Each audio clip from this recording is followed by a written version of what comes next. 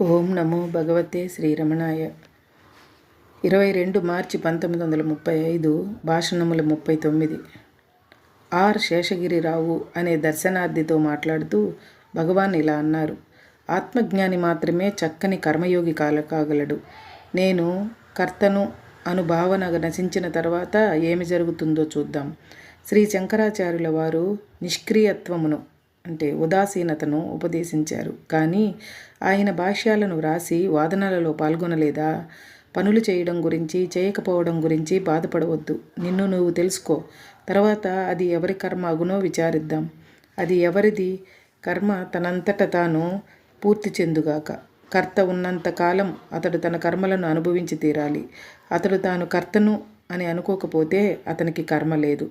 అతడు ప్రాపంచిక జీవితాన్ని పరిత్యజించిన సన్యాసియే. భక్తుడు: అహంకారం ఎలా పుడుతుంది? మహర్షి: దానిని తెలుసుకోవడం ముఖ్యం కాదు, వర్తమానాన్ని తెలుసుకో.